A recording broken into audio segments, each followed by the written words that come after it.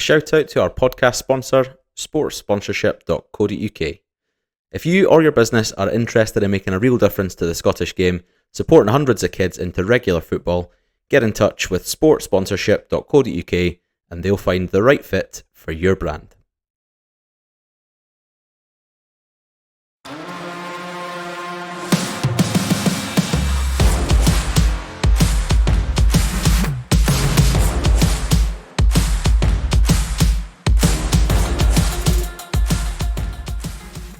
Hello and welcome to Tinpot, your Scottish football podcast with a bit of an alternative view.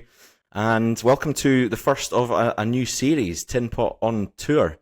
If you're a regular listener, you'll know that we normally pop out an episode every kind of Tuesday, and that's a review of the previous week. All the Scottish football action that's taken place then, but the three of us have realised that we aim to do a sort of 45-minute episode, and it always ends up well over an hour. And we feel like having two episodes a week, one at the end of a week to review anything that's gone on midweek is important, and then we'll have a weekend review. So we'll still release episodes on a Tuesday, which will be the weekend review, and we'll start releasing episodes on a Thursday or a Friday to chat about anything that's happening midweek, whether it's European games, whether it's maybe cup games during the week, or fixtures that have been moved to accommodate. So yeah, we've got 20 to 30 minutes coming up covering the European ties from this week. We're recording on Thursday the 28th of August, and we've just had the full-time whistle over in Warsaw. So we're going to look first of all at the Hibs and Aberdeen games from today, and then take a look back at Celtic and Rangers from earlier on in the week. So I think it's only right to start with that Hibs tie, that sort of heartbreak for Hibs over in Poland. They've done it again where they've given themselves a lot of work to do by losing the home tie.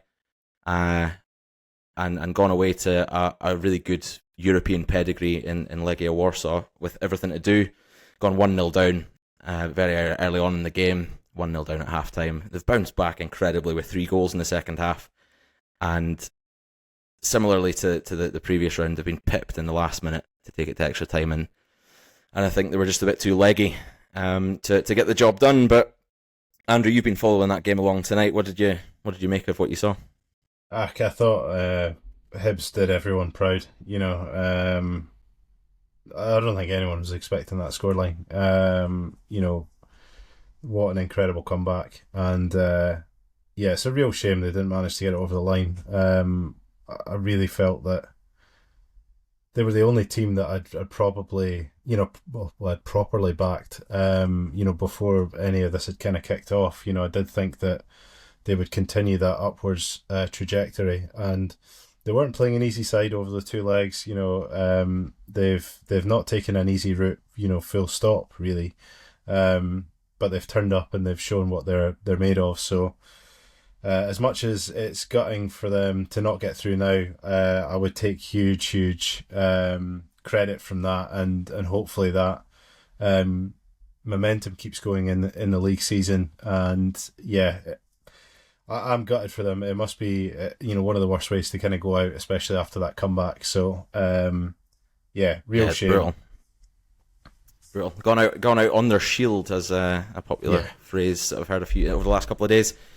Done Scottish football proud in a week that didn't really have much else to shout about on a European stage. And all credit to, none of us have affiliations with Hibs. We're not fans of them. We're not particularly bothered. But when it comes to European games, we'd always back a Scottish team, and just gutting, absolutely devastated, especially for David Gray, who's the way he was speaking pre-match, he was so positive and sounded just really genuinely excited for the game. And he's obviously got the lads up for it, hasn't he? At half-time to be 1-0 down and rally around like that, it's pretty incredible. Yeah, it shows guts and determination, but it shows a squad with unity. That's obviously something that seems to be a little bit sparse in a few, different teams in Scottish football at the moment, including my own. But Hibs are really showing that they've got that togetherness, and obviously David Gray knows what Hibs is all about.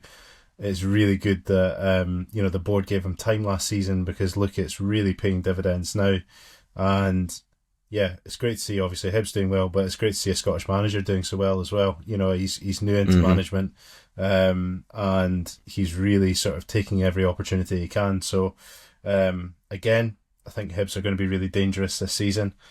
But yeah, really gutted that their European campaigns come to an end, because I actually think they would have been pretty competitive once they got going. It seems like they've got a few more signings coming through, linked with Lyndon Dykes, just today. So they're still looking to strengthen. So yeah, I reckon they would have actually been pretty competitive. But Legia Warsaw are a decent side, so it's one of them. Quarter-finalists, weren't they last year in that competition? Which is to do that in Poland is especially encouraging. Really, really impressive. Yeah. Yeah, they've played some teams with real pedigree. In Midtjylland, they ran them incredibly close. Partizan Belgrade and obviously Legia Warsaw. I mean, you see some of the other teams that are in the Conference League and Europa League qualifiers, absolute diddies, from fucking arse end of nowhere. And Hibs have, really had tough draws, and they've matched these teams. You're talking last minute goals in all 3 second legs. So it's been pretty close, but it's just glorious failure again for a Scottish team. Yeah. Just the way it goes. In another situation, I'd probably be coming on and using the phrase Hibs that to take the piss a wee bit, but I do actually feel really bad, especially for the fans. They've gone without European football for so long, and even though Hearts have never really been successful in Europe, Hearts have still had those group stages a few times. To see your neighbours do that, and yeah, those fans are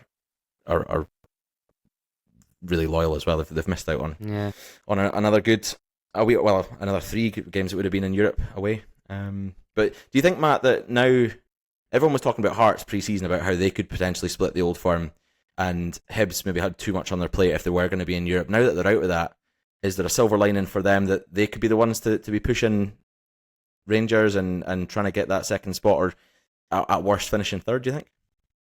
I think Hibs can come second, mate. They've got such firepower up front. Apparently they're linked with Dykes as well on loan. They've certainly got more heart, more skill, more quality than some other teams in the league. So, and a better manager, some might say. So I think it's all to play for between Hearts and Hibs for second, and we'll see who comes third. Maybe Motherwell, I don't know. They've started the season pretty strongly. Well, if you believe what Tam Cowan says, I mean, Motherwell could be going for the title as long as they can extend their 60-minute form to 90 minutes. But I think with the Hearts thing, I think it was maybe more of a conversational piece because they were so vocal about it. Tony Bloom coming out and obviously saying that that's what they're aiming to kind of do straight off the bat. Whereas Hibs have just kind of quietly gone about their business, and they've done all their talking on the pitch.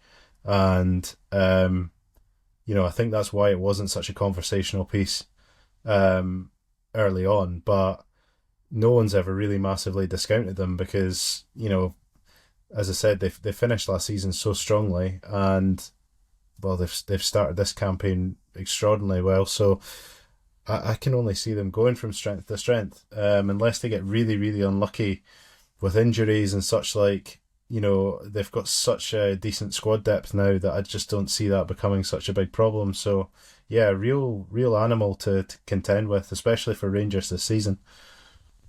Yeah, it's going to be interesting, I think, to see how those 4 derby games play out over the season, because Hibs had the better of it last year. Obviously, Hearts were nowhere near. There was only 3 derbies, obviously last year. But moving on to Aberdeen then, who in the first leg it was 2-2, and they came back from 2-0 down after FCSB got a man sent off. And tonight, I think the roles reversed. They're almost at half time. It's a terrible time to lose that first goal. I mean, the red cards, the penalty decision. Soft. What do you think, Matt? Mate, I was watching it. I was like, "What was this for?" Like, I didn't notice I think it was handball they gave the second yellow card for, was it? Yeah. It was so soft. Like, the guys running with him, their bodies are entangled. He's grabbing him, other boys grabbing him here and there. That's where VAR comes in and just slows it down and freezes it. And these things would just be, let's just play on. That's not a foul. It's not deliberate handball. Yeah, It's like ridiculous. no advantage gained, and No. it's not intentional. There needs to be a bit of common sense applied to these things. They just see it and they just give it. They don't think about the whole context with VAR. They just slow it down to this little second of an incident. Yeah. And yeah, it'll say it touches his hand, but I mean, it's ridiculous. Like, Aberdeen were really competitive in that first half as well. They should have taken the lead through Sockler when he missed the rebound. So it's kind of the way Aberdeen's sort of are going at the moment. I don't know how they're going to get on in the Conference League. They're obviously struggling in the league with the first two games, not scored a goal. They looked quite threatening in the second half against Bucharest when Bucharest went down to 10 men, and again this first half, but they couldn't score when they needed to score, which was a problem for them, getting goals, and then they were obviously punished with a dodgy penalty and then a screamer in the second half, and that's just the way it goes. You have to kill, you have to get these moments, in Europe you have to take them, and they just didn't do it, and they should have won the first leg as well. They were pushing and pushing, but didn't have enough quality at the end. And that's what happens. Like, if they'd got that win in the first leg, I think they could have seen them go through, because that Sauer aren't really a good team at all, No. Yeah, that 3-0 really flatters them, doesn't it? Yeah. It doesn't tell the story, because they came out the blocks flying, and their biggest problem so far in the season has been the striker. That's been the talking point at Aberdeen. Yenge and Sockler, none of the fans seem to think that either one is the right solution, and they'll all be saying if you had another striker in that position where Sockler was, he would have put that away. And that, it's just bad timing, that red card, the penalty. And they really needed to capitalise in that first leg. I know you're already 2-0 down, but you need to capitalise when you're down to 10 men, you're applying the pressure, take a lead away, because going away to Bucharest, that stadium, the atmosphere, it's intimidating. And then, the sucker punch is the red card. It's not an embarrassing defeat by any means, though. It's not like you're looking at 3-0 and being like, fuck, they got battered. Because the scoreline doesn't tell the story of the game very well, does it? No, it was on.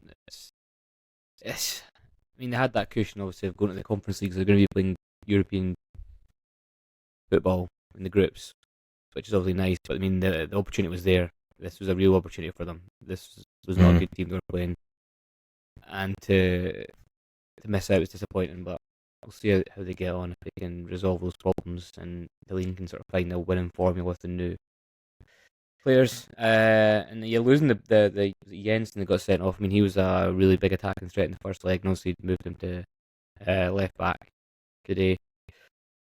He's one of their better players going forward as well, so to lose him really sort of stunted their any attacking options in the second half, and then some boy scores a wonder goal and that's it. It's just like heads go down and no coming back. No coming back from that. But like I say, not an embarrassing defeat. And I think Hibs fans, they won't be thinking about it tonight because they've just gone out, but they'll just be screaming at Callum McGregor and Alistair Johnston for missing those penalties in the final. That's the reason that they're papped out. They'd have been in the Conference League if it wasn't for that. But hey ho. United have been in another stage forward as well. Aberdeen won the cup, is that right? Yeah. I mean, we went again out on our shield, similarly to Hibs, against a really good team, and it came down to penalties over those two legs. So yeah, we're not embarrassed in any way, shape or form. But I think one team that definitely is, and we've just mentioned the name there, is Celtic.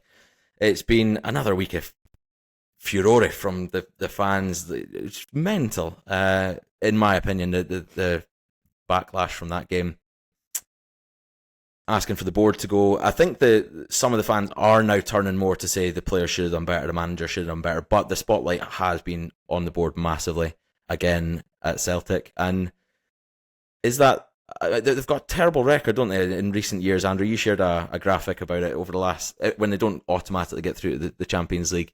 The record in qualification games is dire.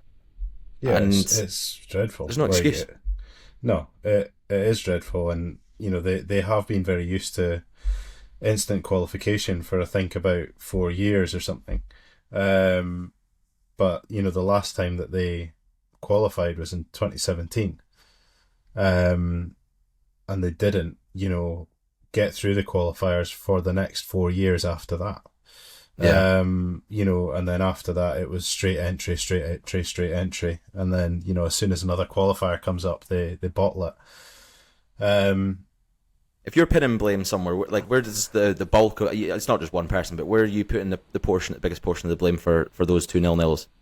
For me, it's clear as day. It's Brendan Rodgers. Brendan Rodgers came out very early and started,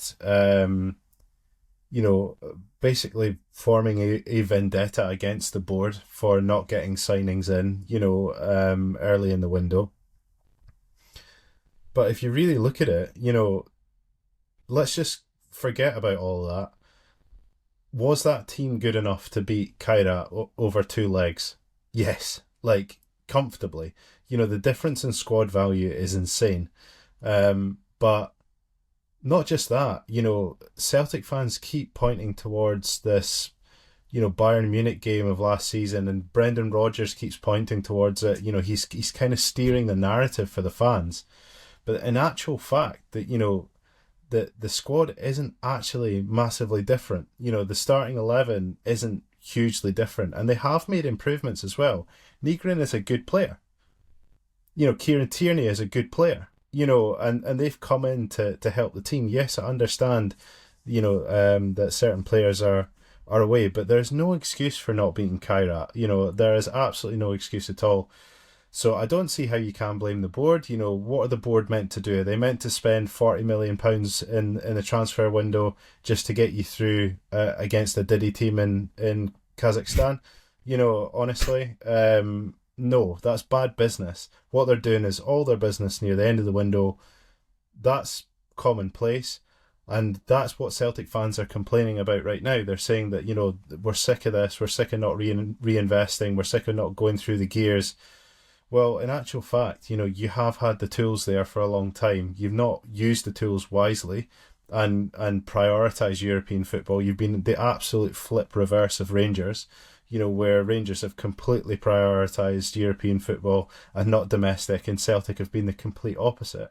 But I just don't feel that there's any excuse for just that tie. Just look at it as 2 games. There's no excuse to not get through those games. Celtic were flat in both games, and watching that second leg was bloody painful because, honestly, if Kyra had anything up front, they would have won that game. They had enough possession in dangerous areas. Yes, Celtic had 2 sort of clean-cut chances, but that was it. That was it for the whole game. Kyra were not under any pressure, so... for me, I'm not buying into all this bollocks about sack the board. I really just think that, it's 2 games. They should have got through with what they had. That's it. Yeah. The fans are starting to now turn on players that 3 months ago at the end of last season they loved. Like Rio Hatate's been coming under fire, saying he's no longer good enough now. Callum McGregor was getting pelters. Kieran Tierney was getting some flack. Where's this coming from? They're one result, 1 or 2 bad performances back to back, and suddenly your mind's gone. It's like what I said on Monday, black and white binary, like what amazing or shite. There's no middle ground. You've gone from loving these guys and saying that they're great and they're good enough to having 2 bad results now they need to be out the club. I think a good portion of the fans will forget about it come Sunday. Once they absolutely scalp Rangers on Sunday, they'll forget about it. A portion won't, but a good portion will. And once they start to sort of roll on, domestically, that portion of angry fans will just get smaller and smaller. And then if they do Plus they've got manage the to Europa have League. I was just about to say that if they get a half decent run in the Europa League, it'll be swept under the carpet and it's business as usual at Celtic. So if I was the board, I really wouldn't be shitting myself about this. It's fine. It's just more, I'm not that impressed with the behaviour of Brendan Rodgers over the course of this window. He is not acting like somebody who's going to sign a new contract. He's looking for a way out. So I don't really admire that in any manager, to be honest. But yeah, I'm sure things will cool down at Celtic. Yeah, they will do. Until the next bad result, it's like they could go the next 3 months unbeaten, win all their games, be through the Europa League group stage, and then get knocked out the Viaplay Cup when they're supposed to win that match, and then it's sack the board again. That's just the way that their fan base seems to operate. Yeah, unbelievable. Anything to add on Celtic, Matt? Any thoughts? Are you blaming Rodgers, the players, the board? I'm blaming the players and the manager and the board. and the board. I think to not score a goal over 2 legs and extra time against Kyra Almaty is negligible and is pathetic. Having said that, I mean, what's the point in Celtic really? Like, oh, let's qualify for the Champions League to get knocked out in the groups, or to fucking qualify for the next round only because they changed the whole format and you magically got into like some sort of pretend playoff. But, you know, it's absolutely nonsense. Like, I mean, just fucking take the hit, go in the Europa League, maybe have some fun for a season in the Europa League, maybe get to the quarters, I don't know, the semi-finals. We've certainly got the squad that can do it if they get a favourable draw. Have some fun. Like, why are they obsessed with getting in the Champions League? For what? Like, you're never going to win it. Just money, isn't it? Yeah. It's just money. Like, to get in the Champions League, to get money, to then win the league, to get in the Champions League, to get money. That, I don't know. It's just... The theory is, if you're in that Champions League often enough, though, and you do build up enough bank, that you can then spend big fees, big wages, bring in players to take you to the next level. And if you do get to that next level, say they do get to the round of 16, you can maybe attract a better player who's more interested seeing you play knockout football in the Champions League. And I think that's where they're trying to come from. They're obviously never going to say in the next 20 years we want to win the Champions League, but they see a massive opportunity. Since Rangers have gone down, they've had no competition in the league for the last decade plus. So they're thinking, well, there is an open goal here to an extent to try and progress further. So I get it, but it's also not the end of the world. I also think, I could be bang wrong here, but I don't think Kyra Almaty are anywhere near as bad as what people think. If you look at their squad value, now that's not always indicative of how good a team is. You look at wages and things like that, more importantly, but they're around about, like, they're Scottish Premiership lower half in terms of their squad value. So what you're telling me is, and going away to Almaty with the journey and with the pitch quality and that and all that sort of stuff, which they had to contend with at Parkhead. But to do that, it's not inconceivable to draw that game away from home. They've massively let themselves down at home, but Celtic do draw 0-0 at home to Livingston, at home to Falkirk, at home to St Mirren once, twice a season. They do. So they need to get themselves up for that game, but I just don't think it's as dramatic as what the media and what the fans are making out. I don't think it's as dire a situation as what they think. If that's the case, you know, and ultimately that's normal for Celtic to draw at home against Olivia or something like that, then where's the fucking surprise then? Like, you know, like, you know, I don't really understand that. But what I would say to kind of caveat that slightly is, you know, this was their opportunity, an easy opportunity, you know, to get themselves into, you know, the most elite competition in Europe, you know, in the world, probably club football in the world. So, you know, that was their opportunity, and you're playing someone, you know, of the caliber of, I don't know, a Livingston or something like that. You know, you get the job done. So as much as the travel is a bastard, and, you know, any team, it doesn't matter who you are, going away to Kazakhstan, you know, if you drew away from home, no big deal, but they let themselves down at Parkhead big time, and I just don't see how you can really blame the board. You know, it seems like a very indirect way, you know, of apportioning blame. I'm sure you know there's a case for it, but, you know, the fact of the matter is, it's very simple. It's 2 games of football, and, you know, that team should have at least, you know, won it on aggregate. You know, it's as simple as that. So, there's upsets in football. These things happen, and when they do happen, it's not the end of the world. Like, if that happens, and then you lose the next 3 games to the likes of your Livies or whoever, then maybe you might have a crisis on your hands. But until then, fucking hell, get a grip. Right, from one side of Glasgow to the other, and if 0-0 after 210 plus minutes of football with Almaty wasn't embarrassing enough. Walking out after 20 minutes at Ibrox and then getting scalped 6-0 away from home. It was playing a game of who did it better, I think, between the Old Firm, and their fans are apoplectic with Russell Martin. They've hung banners at the gates of Ibrox saying "Get him out." They were chanting it at the game last night. It's vitriolic. It's and some of the threatening language being used by fans and that have a bit of following in the media as well, saying there's going to be riots, that he might not get back to his car when he lands at the airport. What the hell's going on? Lost. I mean, it's the perfect storm, as I've kind of said before. But yeah, I don't know. Martin just does not help himself, at the end of the day. The more this goes on, the more the sort of layers seem to sort of be peeling away, and you're getting a bit more of an insight into that toxic atmosphere behind the scenes, is what I kind of mentioned weeks ago. It's really dangerous. You've got obviously Egaman away, Jeff Day, who was a great young prospect. He wasn't fancied by Martin. He is away. Looks like Raskan's maybe heading out the door. There's a lot of it's collapsing behind the scenes, and it's collapsing, out in the real world as well. So for me,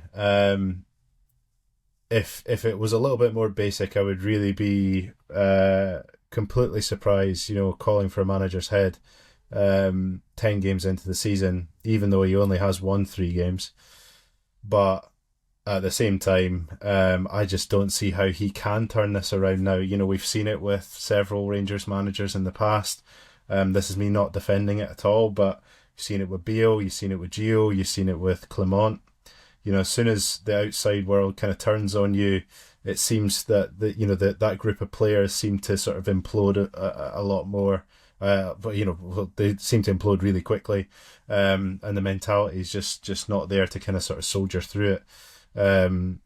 So a real mess, real mess, and there's a lot of youngsters being signed there too. So I don't really. You're asking a lot, for something to sort of change and not happen. That's happened over the last 4 or 5 years, whatever it's been at Rangers. So. I just can see it only going one way. Russell Martin will get sacked. He probably won't get sacked for a couple of games yet, but he will get sacked, and it's starting again for Rangers, rinse and repeat. It's it's the perfect storm, as you say. He's a strange manager. He talks a lot of shite. He loves himself clearly. You can tell with his little haircut and his wee jackets that he wears and his wee jumpers, and the way he talks. What are you talking about? He talks in cliches and absolute nonsense, meaningless statements that don't mean anything, that sound quite good. Oh, we're all hurting, blah blah blah. It's all shite. He's made terrible signings, or whoever's made the signings is they're absolutely awful. The Max Aarons is this disaster. The Jigamba boy is terrible. Rothwell is a poser in the middle of the park, absolutely useless, can't run. He needs to start playing some players with some Scottish fucking fight in them. Get Barron in the team. Bloody get fucking young players in the team. Why are you faffing about playing these fucking idiots, man? It's just he's not helping himself, and he comes out at the end of that game and says, "Oh, Tav, I'm so proud of James Tavernier." The boy he just fucking slated about 2 weeks ago, and fucking chucked him under the bus. What are you talking about? It's hard to keep up with. I agree with you. To be honest, a lot of the players that have come in are actually, in my opinion, good players. But what I'm noticing as a trend very early on is their first appearance tends to be, most of them, that you're like, fucking hell, he's a player. And then as soon as it gets to the next appearance, it's like, what the fuck happened to him? And it's just that toxic atmosphere. I think that's just... And he's a manager that won't change his principles. That's why he got sacked as Hampton. But you have to be realistic. You clearly don't get players to play this way. Yet you're pursuing, and the players are losing confidence every single game, and they're doing ridiculous things every single game. They're making mistakes. I mean, why can't you see that that's your fault that these players are continuing to make the same errors every game. 100%. Like they can't play the Absolutely. way you want them to play. So do something else. But he's one of those managers who refuses to change because he believes in some sort of bigger Absolutely. idea. Taught them by God. Absolutely. And, 4-3-3 or some shite. it's true, though. That's the thing. It got us. I think we were at the point where we were like something like 5-0 down until we actually, started to think, I better try and sort of shut up at the back here a wee bit. And I'm like, fucking hell, mate. You're Football manager, mate. Ultra defensive. What are you doing on that fucking iPad? You know what I mean? Even we know that is what you do when you're 5-0 down. You don't. You just. I know. It's so embarrassing. So I don't get it. He's very stubborn, but to bring it without getting into a sort of deep Rangers rant, to bring it back to the result, Club Brugge are an excellent side, don't get me wrong, and I do think that the vast majority of Rangers fans were not expecting to get through that tie, especially having played them in a friendly, seeing a lot of the quality there, whilst they're sort of trying to sort of shake off any rust. They're a real quality side. They've got good pedigree, and an excellent record in the Champions League. However, we're talking about Hibs just a minute ago and how proud we are of how they've performed in Europe. There is no fucking way that Hibs would have gone out with a whimper like that against even a team of that quality.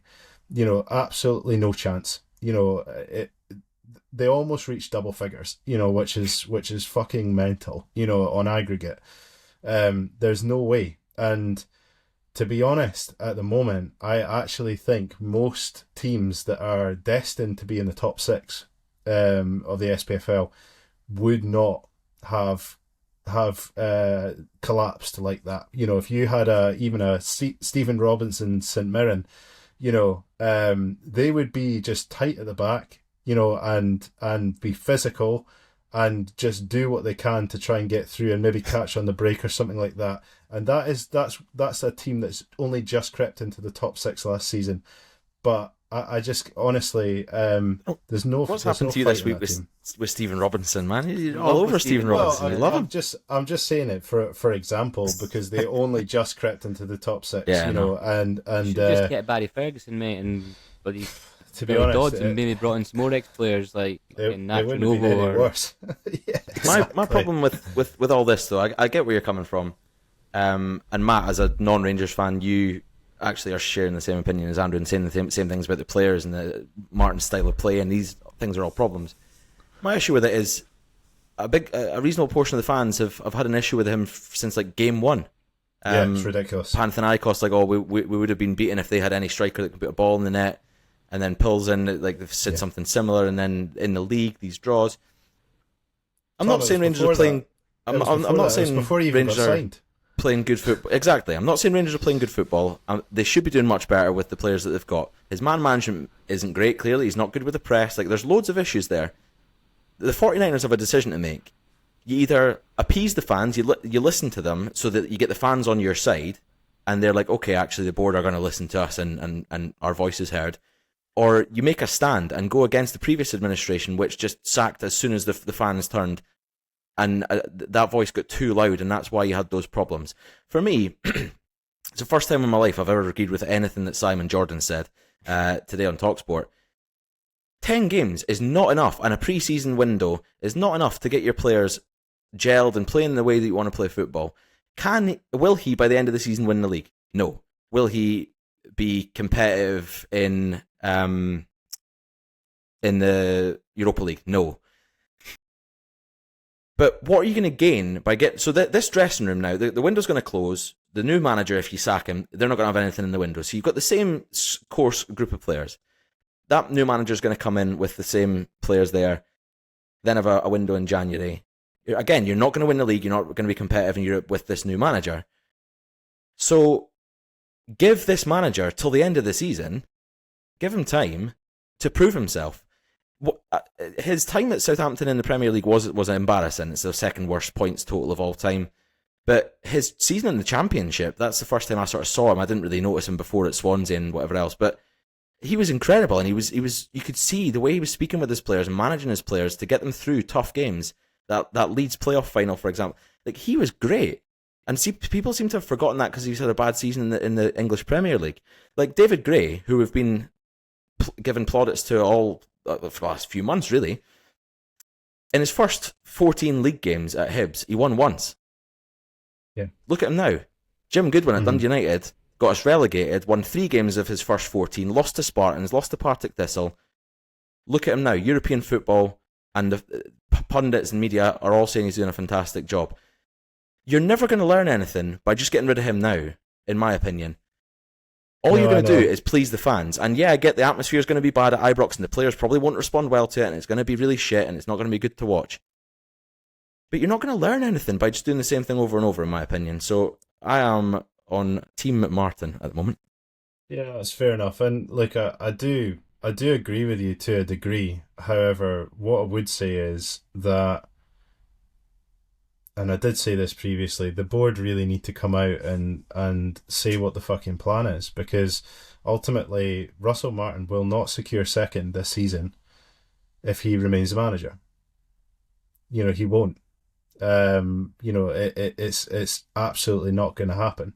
And the only reason I say that is because how far Rangers are off it to need to turn this around. You know, they are miles off it. They could be beaten by anyone in the league at the moment, you know, and going into Sunday, you know, I am panicking, you know, it's really That's Martin, I'm going to lose my job. I'm going to lose my job. But Hibs had that same problem, like early on last season with David Gray. They said there's no style of play, they can't see it working. Like I say, 1 win in 14, yeah? The next 19 games that they played up until the split, they won, I think, 13 or 14 of those 19 games. So for people to say, after 10 games in charge, that it's not going to work, it clearly can work over time. Well, and comparing it to Hibs, though, like, yeah, it can. Comparing it to Hibs, it's not really the same, because Hibs are not used to coming second in the league.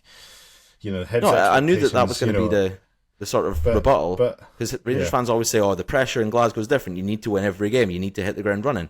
But Hibs, Hibs aren't used to getting beat by Kelty Hearts in the League Cup. Yeah, they're not used to being 1 win out of 14 either. And there is an expectation still at Hibs to be better than what they were, and they gave him time, and it's paid off, and that's.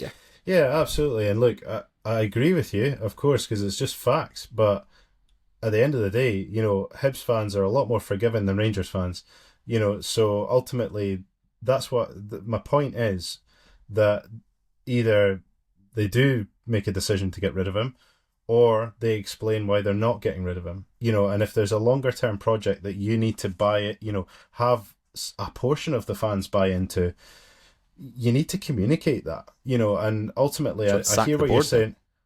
Well, no, this is the thing. They're not going to come out and speak. To be fair, it's going to probably get to that point, which is insane. You know, but you know, ultimately, it was very clear at the start of the season that Telwell was to be the one in charge of recruitment, the one in charge of what type of football that they want to play at the club, etc., etc.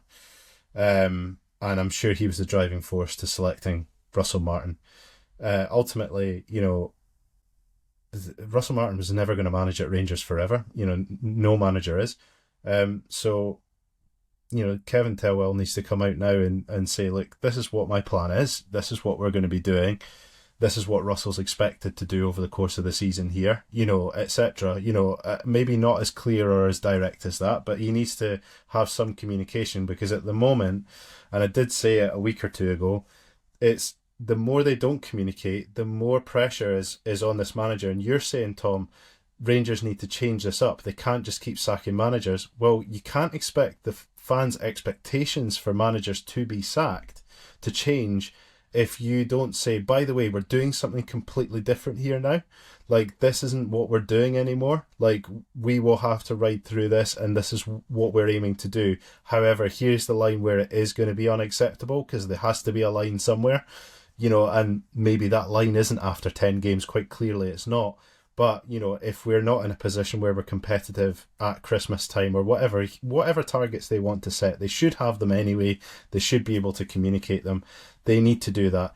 Do they need to do that? And does every football club need to do that every season? No, absolutely not. But you're asking a complete different mentality change, at Rangers in terms of the fans, etc. Am I defending the fans? No. I do think that so many managers have gone too quickly and haven't had time. I agree with that. But having seen that pattern happen and happen and happen again, I can only see this going one way. Unless somebody intervenes. And the only person that can intervene, it's not Russell Martin, because it doesn't matter what Russell Martin says in an interview. I don't think he handles himself very well in interviews, as Matthew said. But, ultimately... what difference does the fans' opinion make, though? Well, so if they don't say anything... they're not going to turn up. Fine. That's... Well, not fine, easier really. To play there. Easier to play at that stadium without any fans. I'm joking. I'm obviously saying that. That's why we went unbeaten the whole season, mate. There's nobody there. Yeah, exactly. Yeah. There you go. Exactly. But they need to have the fans on side for multiple reasons, and they're never going to be on side though. Not just for Russell Martin. I mean just generally, Old Firm fans are never on side, because as soon as one bad thing happens, it's sack the board, it's sack the manager, it's sack this. That's never going to happen. But if you look at Celtic fans right now, right, the percentage of Celtic fans that are absolutely losing their shit, versus the percentage of Rangers fans that are losing their shit, is chalk and cheese. The media is massively blowing up, Celtic fans. There's a lot of measured Celtic fans there that are saying, look, we're in the Europa, it's not that bad, we are making signings, etc. Not all of them are losing their shit. Pretty much every single Rangers fan is losing their shit, at the moment. So ultimately, it's as much as, yes, there is that Old Firm mentality and you'll never change it, at the same time, the board have to do something to intervene and help change a portion of that, because if they don't, it's only going to get more and more toxic, and there is going to be less resistance, because everyone, the only voice to follow is the one that's the loudest, and the board have no voice at all at the moment.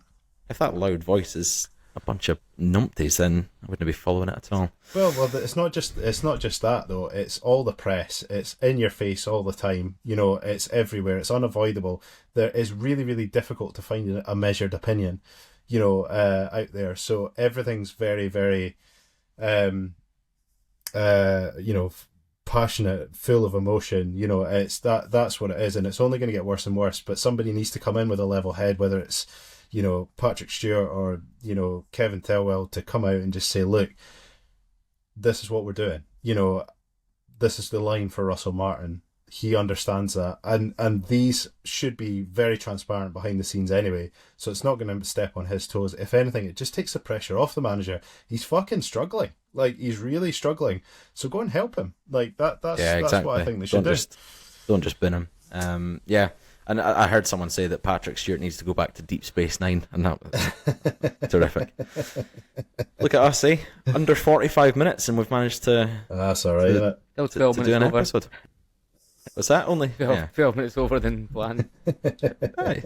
We're getting there, but yeah, thanks for joining us. Like I say, this is the first episode of our new Tinpot On Tour, our midweek review series. So yeah, drop us a like, leave us a comment, give us some feedback on what you think of this sort of format, and we'll see you again on Tuesday when we drop another one. Cheers. Cheerio. Bye-bye. Bye.